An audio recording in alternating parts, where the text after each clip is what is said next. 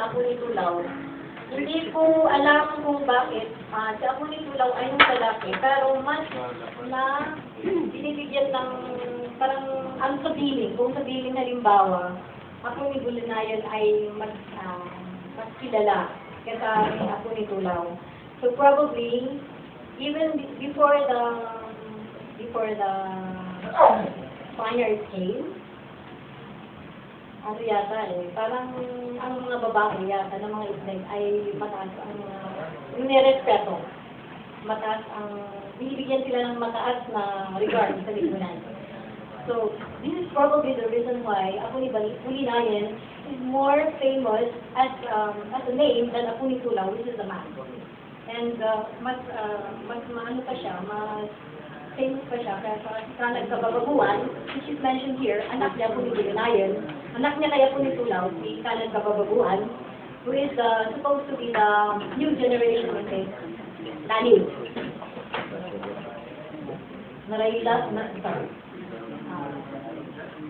Narayray lagta ibagka Apo ni Bulinayan. Amang silsilnag, itibantay tukaw.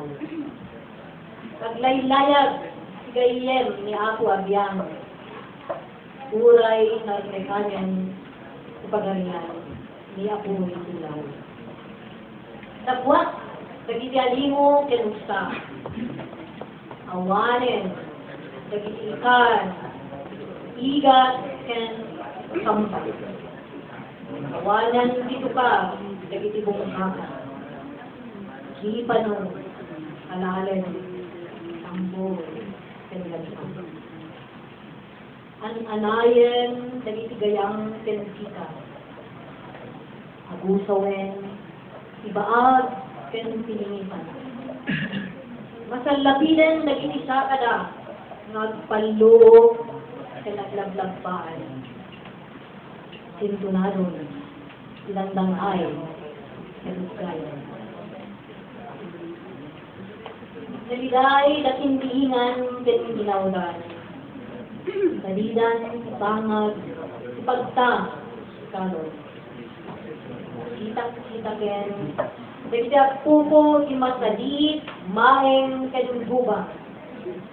Nagsisinan, nagitikapututan, ikinlaon, agasen, ken binungan.